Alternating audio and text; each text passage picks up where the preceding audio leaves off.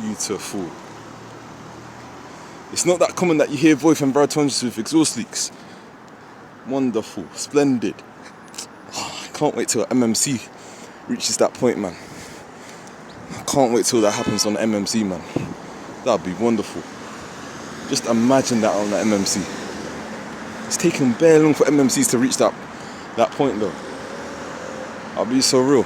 It's taken way too long for MMCs. It's happened to B5Hs, but not integral MMCs, man. It's been taking way too long for it to happen. It must have something to do with the exhaust, because the Euro 6 exhaust ADL do. It's shaped slightly different to the one you see on their older buses. It must have something to do with that. Because if it's happened to B5H Euro 6s, how comes it's not happening to ADL's own integral chassis, man? I don't understand. I don't understand what's going on. Why can't it happen to an MMC, man? Will it have to take someone to a straight pipe to get that exhaust sounding loud?